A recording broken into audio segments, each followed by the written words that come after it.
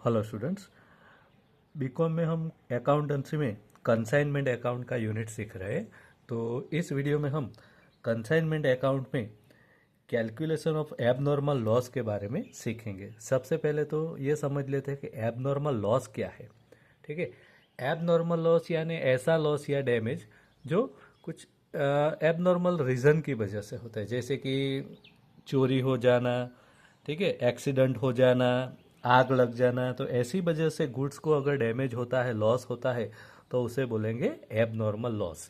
ठीक है, कई बार जो कंसाइनर होता है वो कंसाइनी को गुड्स बेचता है, तो रास्ते में एक्सीडेंट हो जाता है और जो गुड्स है उसको डैमेज होता है। कई बार रास्ते में चोरी हो जाता है। ठीक है, कई बार कंसाइनी तक वो गुड्स पहुंच तो जाता है लेकिन कंसाइनी के गोडाउन में से चोरी हो जाता है। कई बार कंसाइनी के गोडाउन में आग लग जाती है। कोई ना कोई रीजन से लॉस होता है, तो ऐसे रीजन को बोलेंगे हम एबनॉर्मल लॉस। ठीक है, तो ऐसे एबनॉर्मल लॉस का कैलकुलेशन कैसे होता है? तो सबसे पहले आपको क्या करना है, जितने भी यूनिट्स का डैमेज हुआ है, लॉस हुआ है, उसका कॉस्ट प्राइस क्या है वो आपको फाइंड करना होगा। तो cost price of the unit of abnormal loss, सबसे पहले आपको कॉस्ट प्राइस लिखना है। ठीक है, यहाँ पर इनवॉइस प्राइस लेना नहीं है, ये बात इंपॉर्टेंट है, सबसे इंपॉर्टेंट बात। जब भी आप एबनॉर्मल लॉस का कैलकुलेशन कर रहे होते हैं तब आपको कौन सा प्राइस लेना है? Cost price. ठीक है, अगर सब में आपको दोनों प्राइस दिया हो, कॉस्ट प्राइस भी दिया हो, इनवॉइस प्राइस भी दिया हो, तो आपको ऑलवेज कॉस्ट प्राइस ही कंसीडर करना है, इनवॉइस प्राइस को कंसीडर करना नहीं है। ये बात खास ध्यान में रखना। उसके अंदर ऐड करेंगे plus proportionate expenditure of consignor.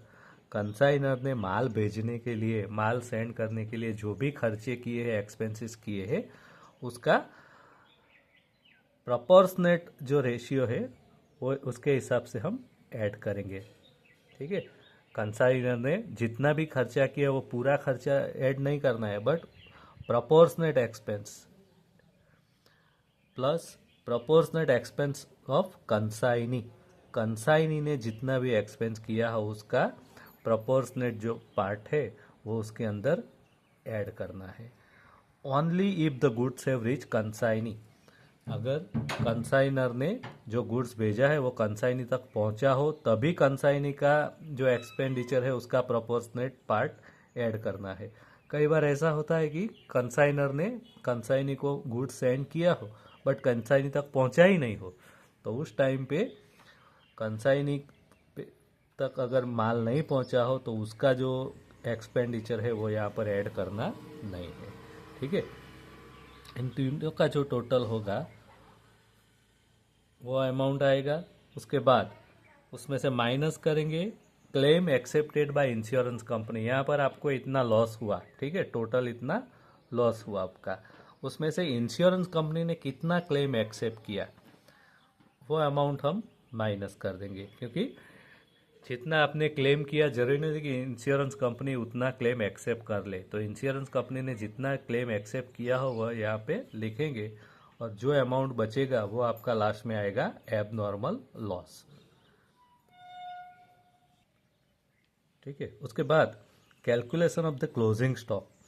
Consignment account में क्लोजिंग स्टॉक का कैलकुलेशन भी बहुत इंपॉर्टेंट है। तो क्लोजिंग स्टॉक का कैलकुलेशन कैसे करेंगे कि लास्ट में आपके पास कितना स्टॉक बचा है, कितने यूनिट्स बचे हैं। तो क्लोजिंग स्टॉक का कैलकुलेशन करने के लिए सबसे पहले आपको क्या करना पड़ेगा, units of goods send by consignor. Consignor ने कितने गुड्स के यूनिट सेंड किए हैं कंसाइनी को वो लिख लेना है। मान लो कि सपोज चलो कंसाइनर ने 100 यूनिट सेंड किए हैं, एक एग्जांपल ले लेते हैं। कंसाइनर ने कंसाइनी को 100 यूनिट सेंड किए हैं, उसमें से लेस करेंगे 1 to 6 पॉइंट है यहाँ पे, देखो point number 1, units of good return by consignee. Consignor ने जितने भी यूनिट सेंड किए, मान लो कि उसमें से कुछ यूनिट कंसाइनी ने कंसाइनर को रिटर्न कर दिए कोई भी वजह से, चाहे वो अनसोल्ड रहा हो या तो डैमेज पीस हो, कुछ भी वजह से। मान लो कि 15 पीस ऐसे है जो कंसाइनी ने कंसाइनर को रिटर्न किए, तो सबसे पहले वो लिख देंगे। Number 2, units of good sold by consignee. Consignee ने कितने यूनिट्स बेचे, सोल्ड, सेल किया। मान लो कि 50 यूनिट बेच दिए कंसाइनी ने, ठीक है, कैश हो या तो क्रेडिट हो, कोई भी बेस पे कंसाइनी ने सेल किया, सोल्ड किया, तो वो लिखेंगे। Number 3, units of good destroyed in transit. Transit यानी ट्रांसपोर्ट, ट्रांसपोर्टेशन में अगर किसी गुड्स को डिस्ट्रॉय हुआ हो, डैमेज हुआ हो, तो वो यहाँ पे लिखना है। मान लो कि नहीं हुआ ऐसा कुछ, तो नील लिखेंगे, 0। Units of good did not reach to the consignee goods in transit. कई बार ऐसा होता है कि कंसाइनर ने कंसाइनी को स्टॉक भेजा, बट वो अभी ऑन द रोड हो, कुछ पहुंचा नहीं हो, तो वो यहाँ पे लिखना होता है। अगर ऐसा नहीं है तो नील लिखेंगे। शॉर्टेज और नॉर्मल लॉस, कई बार नॉर्मल लॉस भी होता है, ठीक है। तो मान लो कि नॉर्मल लॉस नहीं है तो नहीं लिखेंगे, है तो लिखेंगे। मान लो कि नॉर्मल लॉस है 5 यूनिट्स का, तो लिख देंगे 5 units. Units of abnormal loss, abnormal loss यानी एक्सीडेंट से डैमेज होता है, चोरी हो जाता है, फायर से लॉस हो जाता है, तो उसको लिखेंगे। मान लो कि यहाँ पर 10 पीसीस ऐसे है, 10 यूनिट्स जो एबनॉर्मल लॉस है, तो कंसाइनर ने 100 यूनिट्स भेजे थे, उसमें से ये जो है सभी माइनस करेंगे। तो ये सब माइनस करने के बाद आपके पास बचते हैं 20 यूनिट्स, ठीक है। तो 20 यूनिट जो है वो आपका क्या है, क्लोजिंग स्टॉक, यानी at the end of the year आपके पास 20 यूनिट्स हाथ पर है, ठीक है। तो क्लोजिंग स्टॉक के यूनिट्स हो गए। बट कंसाइनमेंट अकाउंट में आपको क्लोजिंग स्टॉक का यूनिट्स नहीं लिखना, उसका वैल्यूएशन लिखना होता है। तो क्लोजिंग स्टॉक का यूनिट्स का आपने कैलकुलेशन कर लिया, अब उसका वैल्यूएशन कैसे होगा वो इम्पोर्टेंट है। तो क्लोजिंग स्टॉक के यूनिट्स का जो वैल्यूएशन होता है वो इस तरीके से होता है, देखिए आपके स्क्रीन के ऊपर लेफ्ट साइड में, वैल्यूएशन ऑफ क्लोजिंग स्टॉक। तो सबसे पहले क्या करना है आपको, cost of the units of closing stock invoice price. यहाँ पर आपको कॉस्ट प्राइस नहीं लेना है, कौन सा प्राइस लेना है, इनवॉइस प्राइस लेना है, ठीक है। तो जितने भी आपके क्लोजिंग स्टॉक के यूनिट्स थे, मान लो कि हमारे एग्जांपल में यहाँ पर 20 यूनिट्स थे, तो 20 यूनिट्स का रेट कितना है इनवॉइस प्राइस के हिसाब से, वो यहाँ पे आपको लिखना है।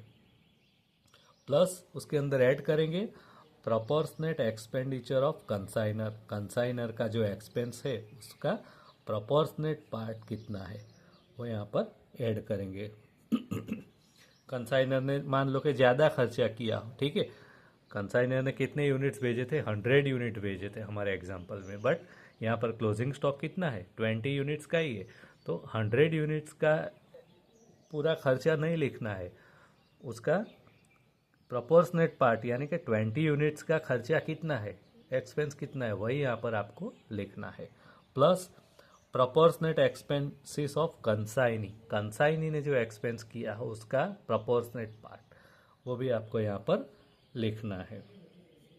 ओनली नॉन रिकरिंग एक्सपेंसिस, अब कंसाइनी का जो एक्सपेंसिस होता है वो दो टाइप का होता है, रिकरिंग एंड नॉन रिकरिंग। देखिए आपके स्क्रीन के ऊपर नीचे लिखा है एक्सपेंसिस ऑफ कंसाइनी, ठीक है। There are two types of expenses, recurring expenses, non recurring expenses, ठीक है। देखो रिकरिंग एक्सपेंसिस में क्या आता है, godown rent, godown insurance, sales expenses, जैसे कि एडवर्टाइजमेंट हो, डिलीवरी चार्जेस हो, ऑफिस एक्सपेंसिस आता है, कैरिज आउटवर्ड एक्सपेंसिस एट्सेट्रा। तो ये रिकरिंग है यानी बार बार ऐसे एक्सपेंसिस होते रहते हैं, ठीक है। तो यहाँ पर आपको रिकरिंग एक्सपेंसिस कंसिडर करना नहीं है, यानी रिकरिंग एक्सपेंसिस हमें यहाँ पर क्लोजिंग स्टॉक के वैल्यूएशन के टाइम पे कंसीडर नहीं करना है। हमें कौन से एक्सपेंडिचर कंसर्न करना है, नॉन रिकरिंग। अब नॉन रिकरिंग में क्या क्या आएगा, clearing charges, custom, octroi, freight, insurance, carriage inward etcetera. तो ये जो भी एक्सपेंस है वो नॉन रिकरिंग है। अगर कंसाइनी ने इसमें से कोई खर्चा किया हो इस टाइप का, तो उसका प्रोपोर्शनेट एक्सपेंस यहाँ पर आपको लिखना होगा, नॉन रिकरिंग वाला, ठीक है। तो ये तीनों का total, cost of units of closing stock, invoice price का, proportionate expenditure of consignor, proportionate expenditure of consignee, तीनों का टोटल करेंगे, ये आपका वैल्यूएशन हो गया क्लोजिंग स्टॉक का। कई बार सब में आपको ऐसा दिया होगा कि क्लोजिंग स्टॉक के जो यूनिट्स है उनको रिपेयरिंग की ज़रूरत है, ठीक है, तभी वो सेलेबल कंडीशन में आएंगे। तो उनका जितना भी रिपेयरिंग का एक्सपेंसेस है, इफ़ रिक्वायर्ड, अगर रिपेयर की रिक्वायरमेंट है तो रिपेयरिंग का जो एक्सपेंस है वो यहाँ पे लिखेंगे और उस पे से माइनस करेंगे। तो जो भी आंसर आएगा वो आपका कॉस्ट ऑफ क्लोजिंग स्टॉक हो जाएगा। और ये जो वैल्यूएशन ऑफ क्लोजिंग स्टॉक है, क्लोजिंग स्टॉक का वैल्यू, ये आपको कंसाइंड अकाउंट में लिखना होता है।